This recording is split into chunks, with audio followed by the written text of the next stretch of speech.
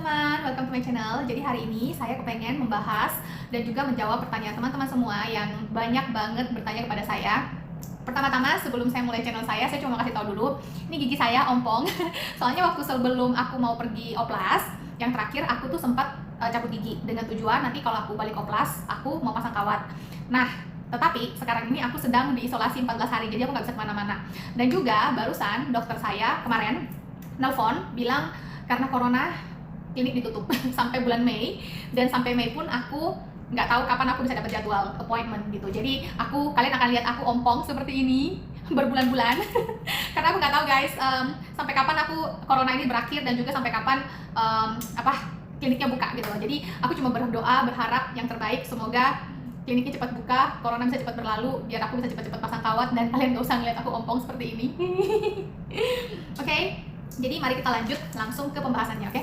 Dan juga video ini no hoax at all ya, tidak ada sama sekali bohong-bohongan bahwa nanti aku bilang, oh kamu langsung cek aja di rumah sakit gitu. No, it's not me, oke? Oke, jadi yang pertama, oplas pertamaku itu aku bikin di Masterpiece Hospital di Bangkok. Videonya yang ini, dan yang aku lakukan di sini itu adalah face liposuction, jadi semua lemaknya dikeluarin. Terus habis itu aku bikin double eyelid sama epikantoplasti. Epikantoplasti itu buka di bagian depan sini. Lalu aku bikin buccal fat removal. Buccal fat removal itu adalah ini lemak di dalam pipi dirobek terus habis itu dikeluarin gitu. Oke guys, ini mungkin kalian ada lihat di video-video sebelumnya itu aku merekomendasikan tempat itu. Itu tuh waktu kayak sorry ya, itu adalah video-video awal aku waktu aku baru selesai oplas dan aku sama sekali nggak ada pengalaman buat oplas gitu. Dan waktu itu jujur ini jujur banget ya. Kenapa aku pertama bilang bagus? Karena waktu itu tuh setiap kali aku tanya sama rumah sakit, kok mataku tinggi sebelah sih gitu, kok ini gini sih gitu, pasti mereka selalu jawabnya, oh itu belum sembuh sempurna, oh itu masih tunggu sampai 6 bulan gitu. Itu selalu jawaban yang sangat klasik yang ya kita dapat lah gitu ya kalau oplasnya. Nah ternyata setelah 6 bulan kemudian hasil oplas saya adalah seperti ini. Itu sedih banget ya teman-teman, karena waktu aku ngelihat wajah aku tuh tiap hari di cermin itu kalian bisa lihat mataku di sini tuh tinggi sebelah gitu kan. Terus habis itu ini cheekbone-nya itu kayak keluar banget. Tapi memang sih ini adalah yang cheekbone keluar itu memang prosedur karena habis dikeluarin lemaknya. Akan tetapi bukan itu yang jadi masalah. Yang jadi masalah adalah aku mengalami kerusakan saraf di bagian sini. Jadi mataku tuh gini-gini terus. Tapi nggak separah gini ya, tapi dia kayak goyang-goyang gini gitu. Goyang-goyang sendiri. Jadi kalau aku ngomong dia goyang-goyang terus gini tanpa aku sadarin gitu. Dan seperti yang udah pernah aku bilang. Nah, di sana tuh aku sempat ke dokter di sini di Perth. Aku kan tinggal di Australia ya. Nah, aku konsultasi sama dokter. Aku bilang nih, kenapa ya mataku nih besar tinggi sebelah gitu, bisa nggak diperbaikin gitu kan. Terus aku sudah face liposuction. Terus dia tanya, kamu face liposuction itu incision dari mana? Incision itu adalah luka sayatan. Aku bilang, oh luka incisionnya dari sini, terus di sini, terus di sini. Nah, waktu itu dokternya kaget banget. Dia bilang kayak, hah? Dari sini? Itu tuh sebenarnya nggak bisa dari sana. Kamu tuh bisa buta karena di bagian sini itu banyak banget saraf-saraf penting dari wajah kita yang tidak bisa dibuat dari sini. Kalau misalnya dia salah tusuk, aku bisa buta atau aku bisa kehilangan hidung aku. Kenapa bisa kehilangan hidung? Karena di sini itu yang nempel semua sama saraf-saraf di sekitar sini. Jadi kalau misalnya kena mata bisa kena hidung. Kalau misalnya kena hidung, kena di kayak sarafnya gitu ya, atau di dia punya kayak pembuluh darah gitu, itu bisa mengakibatkan gangren. Gangren itu apa sih? Gangren itu adalah mati kulit atau mati sel jaringan tisu gitu loh. Jadi nanti kulit kita tuh bisa menghitam. Terus setelah dia menghitam, dia tuh lama-lama lepas gitu loh. Jadi kayak kalau misalnya dia menghitam di hidung, nanti hidungnya lepas gitu. Jadi dia bilang, aduh ini bahaya banget, kamu bisa jadi kehilangan hidung kamu. Tapi syukurnya Tuhan masih sayang sama aku baik-baik aja, cuman mengalami kerusakan saraf. Jadi pada saat itu I let it go. Dan aku sebenarnya sempat tanya sama rumah sakit, nih mata aku kenapa nih, udah tinggi sebelah gitu loh. Tapi ya nggak dijawab, nggak dibalas sama sekali. Aku dicuekin gitu. Oke, jadi sekarang kita langsung menuju ke harganya. Apa sih harganya oplas aku yang pertama? Oke, jadi yang pertama aku itu melakukan ini buccal fat removal. Waktu aku bikin buccal fat removal itu harganya adalah 25.000 Thai baht ya. Terus yang berikut adalah aku waktu face liposuction harganya sebenarnya per area itu adalah 20.000 Thai baht. Jadi di sini 20 tapi karena aku ngambil satu paket, aku ngambilnya langsung satu muka, itu jatuhnya jadi lebih murah. Jadi cuma 49.000 Thai baht. Terus yang berikut adalah aku bikin mata. Nah, mata itu yang bagian sini itu 35.000 Thai baht, terus buka sini, buka epikantoplasti itu 20.000 Thai baht. Jadi total oplas aku di Masterpiece ini oplasnya aja ya adalah 129.000 Thai baht. Nah, pada saat itu kurs adalah 466. Jadi total oplas aku tuh dulu sekitar 60 jutaan. Itu oplas pertama aku, harganya sekitar 60 jutaan. Dan itu di luar tiket pesawat, di luar hotel, di luar makan, di luar transport, tapi sudah termasuk obat sama lepas jahitan gitu. Lalu aku melakukan oplas kedua 6 bulan kemudian. karena waktu itu kan mataku udah gak tahan banget gitu ya, tiap hari aku lihat cermin aku tuh sedih gitu kan, ya otomatis lah. Dan akhirnya aku pilihlah SLC Hospital ini gitu. Nah, kenapa aku pilih SLC Hospital ini? Seperti yang udah aku selalu juga jelasin, karena dia adalah salah satu rumah sakit yang bisa melakukan face contouring. Jadi di Bangkok itu tuh kayak face contouring itu nggak seperti di Korea yang dimana kayak hampir semua rumah sakit, bahkan semua rumah sakit oplas bisa bikin face contouring gitu. Tetapi kalau di Bangkok yang bisa bikin face contouring itu cuman bisa dihitung jari, mungkin cuma kayak 3 rumah sakit gitu loh. Dan jadi aku tuh waktu itu benar-benar searching ya gitu. Dan kalau misalnya sebuah rumah sakit mereka sudah bisa melakukan face contouring, berarti itu rumah sakit yang hebat gitu, rumah sakit yang jago gitu. Dan ya habis itu potong sini, dan juga aku bikin jaw reduction, dan juga aku perbaiki mata aku, double eyelid, dan juga aku pasang implan. Nah, waktu aku face contouring itu, dokter memang sudah bilang ya bahwa habis ini kamu tuh harus facelift gitu ya. Jadi kalian harus tahu guys, dokter sudah bilang waktu aku mau face contouring, dia bilang habis ini kamu harus facelift, oke? Nah, aku jelasin dulu ya. Jadi setelah itu kan aku potong cheekbone dan juga jaw, habis itu aku perbaiki mata dan juga pasang implan. Harganya adalah cheekbone dan juga jaw itu harganya 368.000 Thai baht. Nah, kemudian mata ini karena hitungannya revisi ya. Nah, ini juga kalian mesti tahu. Di mana-mana kalau misalnya revisi itu tuh kenanya akan lebih mahal. Nah, revisi aku tuh kenanya 61.000 Thai baht. Sedih sih karena jadinya bayar lebih mahal gitu. Padahal waktu pertama itu sebenarnya aku sudah hampir mau ke SLC Hospital, akan tetapi karena aku bebal gitu ya, pengen murah, aku banding-bandingin harga, akhirnya aku pergilah ke rumah sakit yang pertama yang di Masterpiece. Akhirnya malahan rugi lebih banyak gitu loh, malahan aku jadi harus bayar 2 kali harga oplas gitu. Pengennya murah tapi akhirnya jadi tambah mahal.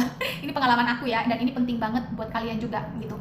Terus yang ketiga adalah chin implant. Chin implant ini harganya adalah 40.000 Thai baht. Jadi total oplas aku di SLC itu adalah 469.000 Thai baht atau sekitar 218 jutaan.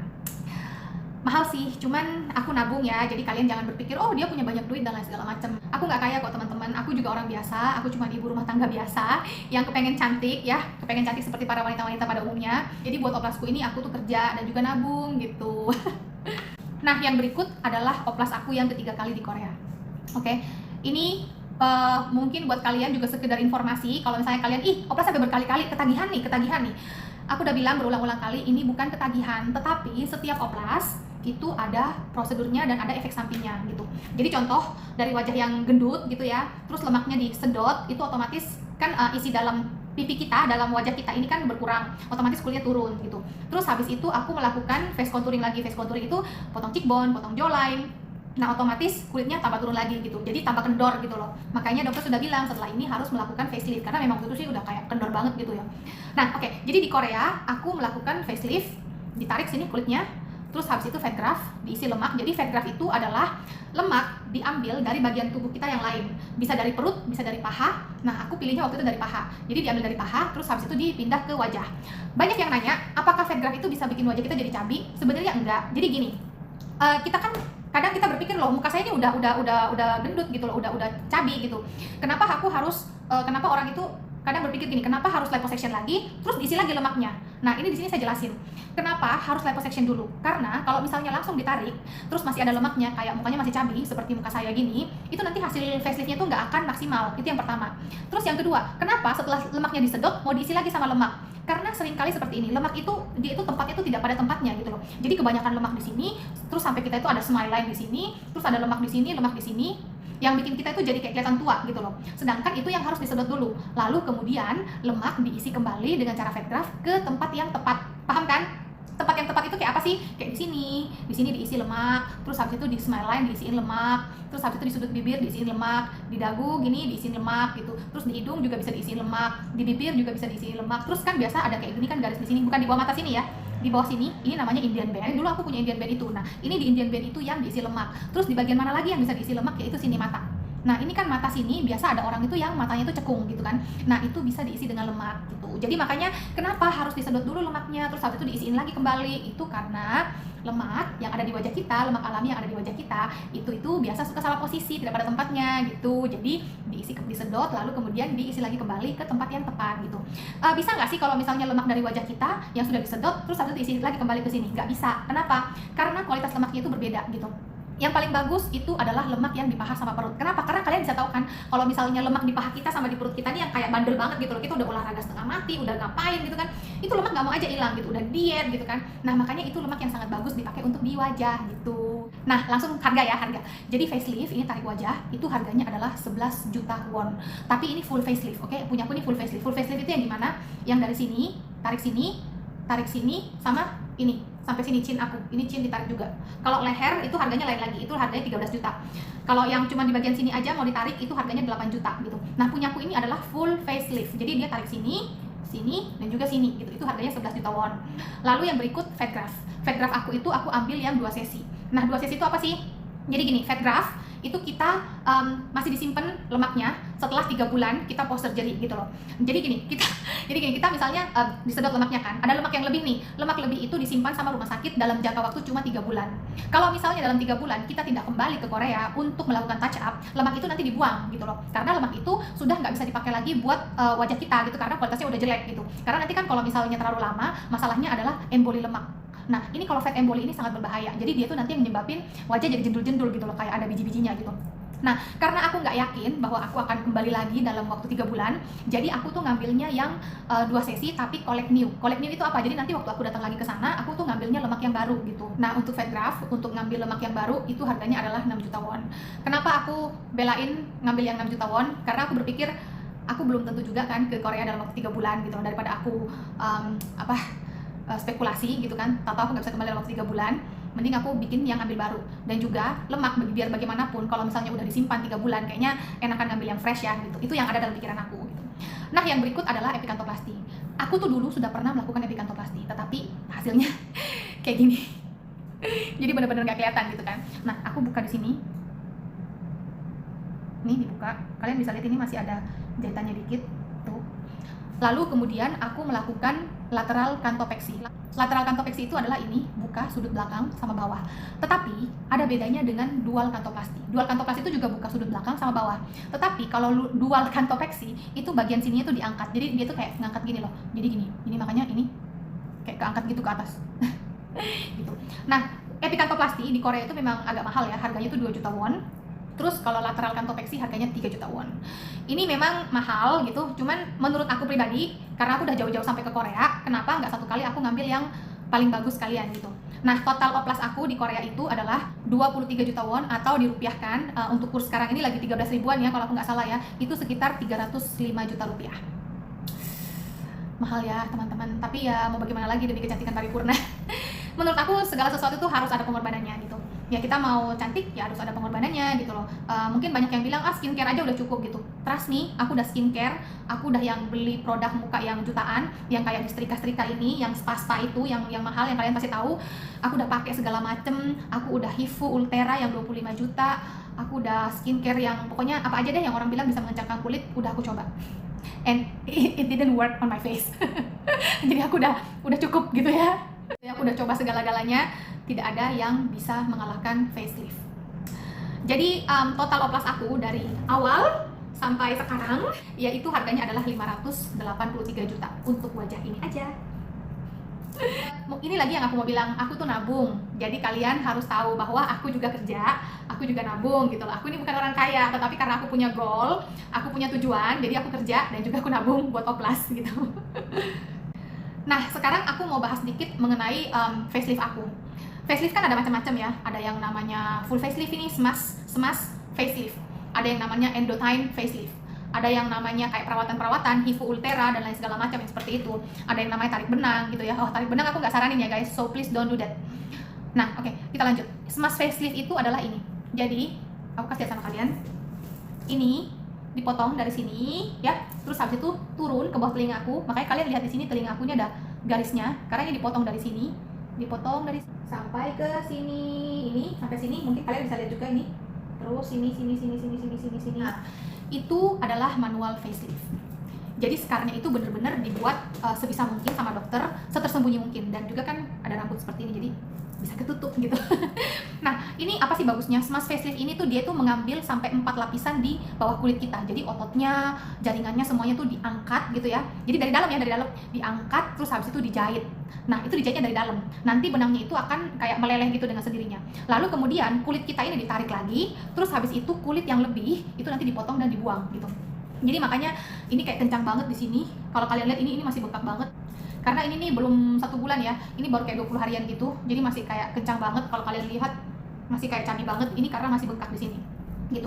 Tapi bagusnya dari Smart Facelifting ini adalah karena dia ngambil dari bener-bener dari jaringan dalam, terus habis itu dari kulitnya ditarik, lalu dibuang yang lebihnya, lalu dijahit gitu. Nah, ini tuh bisa tahan 10 sampai 15 tahun. Banyak banget yang selalu nanya, itu kalau facelift tahan selamanya nggak sih? Like, hello, ini kulit, bukan batu, bukan plastik. Ini kulit ya, kulit. Kita tuh pasti mengalami yang namanya proses penuaan lagi gitu loh. Akan tetapi, kalau misalnya orang yang tidak melakukan facelift, seperti contohnya saya, gini ya, wajah saya ini, waktu saya nggak facelift, kendor seperti ini. Nanti, 10-15 tahun kemudian, itu mungkin akan lebih parah gitu loh. Jadi kayak tambah kayak nenek-nenek gitu kan. Nah, tetapi karena saya sudah facelift, udah kayak gini, nanti 10-15 tahun kemudian, belum tentu hasilnya jadi seperti ini. Bisa jadi hasilnya ya turun, tapi masih lebih kencang gitu loh. Nah, itulah makanya ini sekalian menjawab pertanyaan-pertanyaan dari kalian semua. Kalau misalnya sudah oplas, terus nantinya gimana gitu loh. Sebenarnya kalau sudah oplas, terus nanti 10-15 tahun kemudian, kalau misalnya kalian udah nggak punya duit gitu ya, misalnya ya, amit-amit ya, tapi misalnya kalau udah nggak punya dana buat oplas lagi gitu, kulit kalian itu tidak akan tambah lebih jelek gitu loh, karena sudah diperbaiki sama oplas, karena sudah disempurnakan sama oplas gitu. Kayak mata ya gini-gini aja terus gitu loh. Kalau misalnya sampai 10-15 tahun kemudian, kita kan pasti akan mengalami yang namanya proses penuaan. Jadi pasti ya kulit mata mungkin udah turun gini, tapi tidak akan seturun kalau misalnya tidak dioplas, paham kan gitu loh. Karena kalau nggak dioplas aja tuh mata udah kubil gini kalau misalnya udah tua gitu kan. Tapi karena sudah dioplas, dia itu memperbaiki gitu loh. Jadi malahan itu kita lebih kelihatan awet muda gitu. Itu yang kalian harus tahu.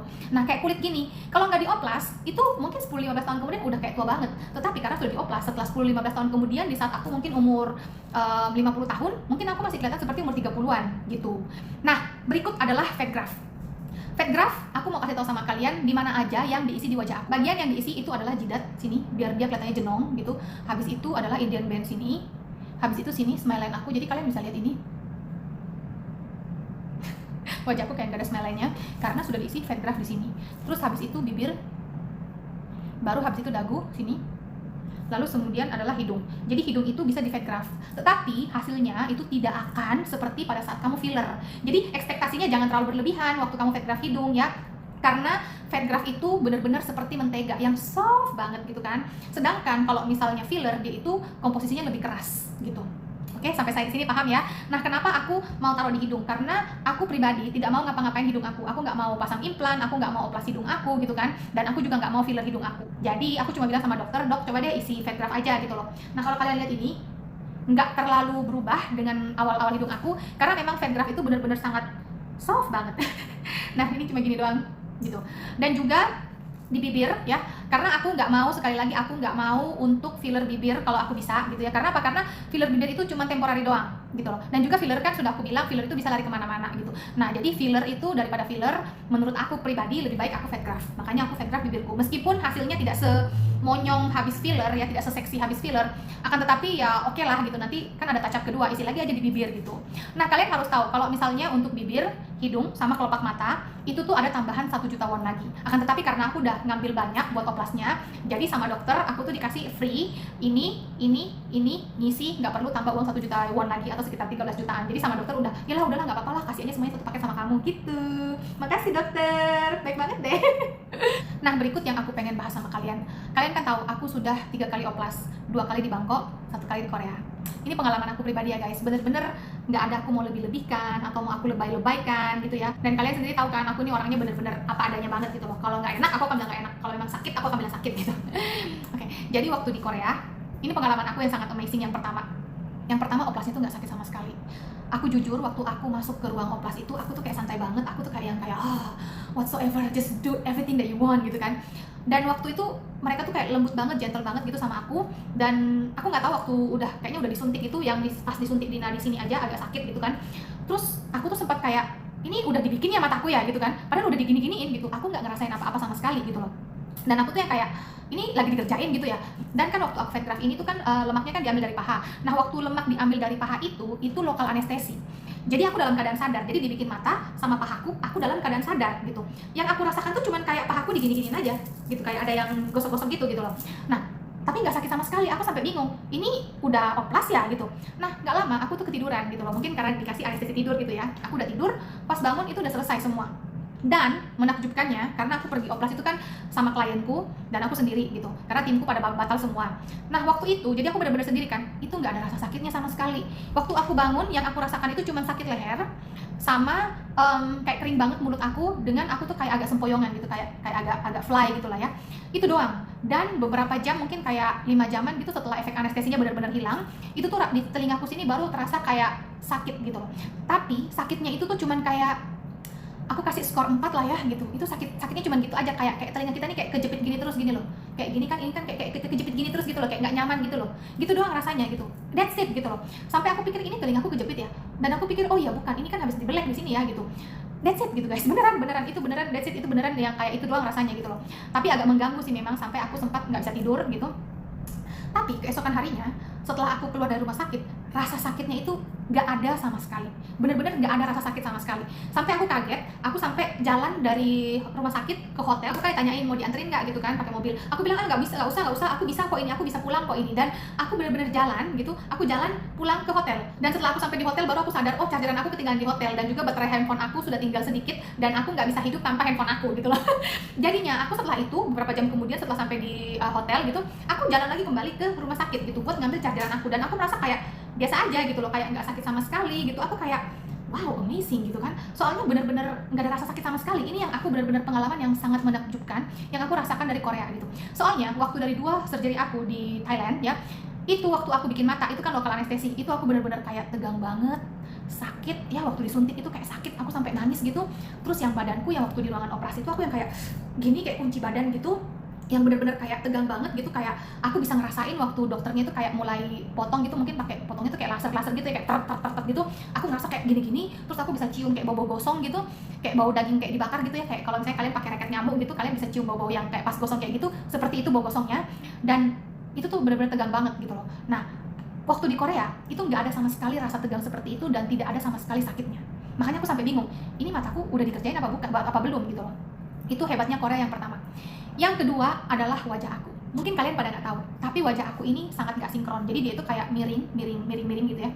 Nah, dan juga implan aku ini implan aku kan pasang implan. Nah, implan aku ini waktu dari rumah sakit yang kedua, waktu operasi kedua, itu tuh dipasang di depan sini. Seperti inilah dia X-ray-nya. Jadi bukan dipasang di bawah sini, tetapi dipasang di depan sini gitu loh. Jadi daguku itu sempat seperti siwon yang ini. Nah, ini kayak siwon gitu loh, seperti ini dagu aku. Sampai aku sering tanya sama suamiku, lihat deh, aku kok mirip siwon gitu ya. Nah, waktu aku konsultasi sama dokter Kim, aku bilang, dok gimana nih dok, ini nih di depan daguku sini nih gitu loh, ini gimana ya dok enaknya. Kalian bisa lihat di video yang ini, dia tuh yang kayak, dia tuh kayak yang pegang dagu aku gitu sambil terus mikir gitu ya, mikir kayak oke. Nah, waktu aku bangun ya, yang pertama dagu aku yang harusnya implannya di sini, ternyata ditarik turun sama dia sampai di bawah sini. Jadi implan aku tuh sekarang di bawah sini. My goodness nih, aku kayak wow dokter, you amazing gitu loh. Cantik kan? Ikutan. Jadi ditarik turun sama dia, itu yang pertama. Yang kedua, bibir aku dari kecil, dari lahir, dari bawaan orok, dari ciptaannya, itu tuh yang di bagian sini lebih turun, di bagian sini lebih naik. Dan kalian tahu apa yang dilakukan sama dokter Kim? Adalah dia tuh cuma ngisi lemak di bagian sini, tidak di bagian sini. Wow, aku sempet kayak, kalau diginiin nggak ada apa-apa, tapi kalau yang ini aku giniin, aku bisa ngerasa ada sesuatu di dalam. Kayak mungkin kalau kalian pernah filler bibir, kalian bisa ngerasa kan kayak ada kayak jendulan gitu. Nah, ternyata bibirku sama dia itu diisi di sini lemak, yang di sini tuh nggak diisi lemak sama sekali. Biar apa? Biar bibir aku tuh bisa seimbang gitu. Dan juga bibir bawah diisiin gitu.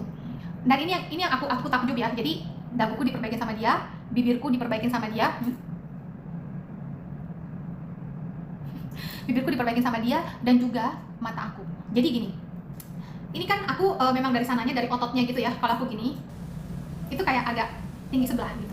Tetapi sama dokter Kim, aku nggak tahu gimana caranya, mungkin lemaknya diisi satu lebih banyak, satu lebih sedikit gitu ya, sama ada kan jahitan di sini, itu dibikin sama dia itu sampai bener-bener kayak mau sama tinggi gitu. Dan aku bener-bener takjub aku bener-bener kayak amazing gitu lah sama dokter Kim gitu, kayak wow, ini dokter emang hebat banget ya, aku bener-bener gak salah pilih gitu ya kali ini gitu. Ya gitulah, dan aku bener-bener puas banget sih. Jadi ini bukan iklan cuman karena apa aja, tapi bener-bener apa yang aku rasakan gitu. Aku bener-bener puas banget sampai aku tuh kayak nggak bisa berkata-kata lagi gitu loh. Aku kayaknya pengen banget peluk dia kayak, dokter Kim, thank you very much gitu loh. Mungkin nanti next time kalau aku ketemu dia aku akan melakukan hal itu gitu loh, kayak thank you very much dokter gitu. Ya inilah kayak rasa happy-nya aku gitu. Dan ini adalah wajahku 25 hari post surgery. Nah, biaya total oplas aku 583 juta ini itu oplasnya aja. Itu belum termasuk sama hotel, tiket pesawat PP, visa, makan, transport selama di sana, shopping gitu. Jadi ya it needs a lot of sacrifice gitu ya. Aku kerja beberapa tahun buat ngumpulin ini, buat kecantikan paripurna. Dan jujur, kenapa oplas yang ketiga itu harus di Korea? Udah selalu aku bilang secara berulang-ulang bahwa ada oplas yang bagus di Bangkok dan Korea, bisa di Bangkok dan Korea, tetapi ada oplas yang harus banget di Korea gitu. Buat aku ya, tidak ada nawar lagi. Karena kalau misalnya salah bikin, kamu nggak bisa diulang lagi, nggak bisa direvisi lagi. Terus kalau misalnya ada yang kalau salah bikin, kalau mau direvisi, mau diperbaiki, itu tuh bisa kayak meninggalkan scar yang sangat besar ataupun kayak susah banget. Contohnya adalah apa? Kayak facelift. Facelift kalau misalnya salah bikin ya, itu kamu mukanya bisa jadi kayak Joker yang selalu aku yang pernah aku post udah gitu ya, yang udah kayak seram banget gini. Itu kalau udah kaku seperti itu, over ditarik, itu tidak akan bisa diperbaiki lagi gitu. Terus yang berikut adalah fat graft. Fat graft kalau misalnya terjadi emboli lemak, itu kalau mau diperbaiki itu sangat susah. Kenapa? Karena harus dibedah atau harus disedot lagi lemaknya. Akan tetapi kadang kalau misalnya disedot lemaknya kan tidak ditahu maksudnya di bagian mana, karena dia itu lemaknya kecil-kecil. Jadi itu kayak sangat beresiko banget. Yang berikut adalah lateral kantopeksi. Sampai sekarang ini kalau saya bilang kalau mau buka sudut belakang mata, jangan bikin di tempat sembarang. Cuma bisa di Korea. Kenapa? Karena di sini yang dipotong itu sudah bukan kulit-kulit dekat mata kita lagi, oke? Jadi kalau lateral epikantoplasti ini yang dibuka ini masih kulit-kulit dekat mata kita. Tetapi kalau lateral kantopeksi, lateral kantoplasti atau lower Holtz, itu tuh yang dibuka itu adalah bagian dalam lingkaran mata kita ini. Jadi kalau misalnya salah potong atau misalnya ada salah sesuatu gitu ya, itu bisa cacat, bisa iritasi, bisa scar, dan itu kalau misalnya udah iritasi, itu iritasinya itu bisa seumur hidup. Susah banget untuk disembuhkan. Makanya kenapa 3 oplas saya ini, mata, fat graft, facelift, semuanya aku bikin di Korea. Bukannya karena galau, bukannya karena apa, akan tetapi yang terbaik itu adalah di Korea. Sedangkan kalau double eyelid, ini kayak gini double eyelidku, aku bikinnya di Bangkok, it's okay gitu. Ya, dan kalau misalnya juga kalian harus tahu satu hal yang sangat penting sebelum aku lupa, bahwa facelift tidak bisa menyembuhkan masalah smile line atau garis di sini atau garis di sini. Facelift tidak bisa menyembuhkan masalah kerutan yang ada pada smile line, sudut bibir, dan juga garis-garis yang ada di sini. Mungkin waktu ditarik bisa lebih baik ya, tetapi garisnya akan tetap ada. Yang bisa menyembuhkan atau yang bisa menangani atau mengatasi garis-garis itu adalah fat graft.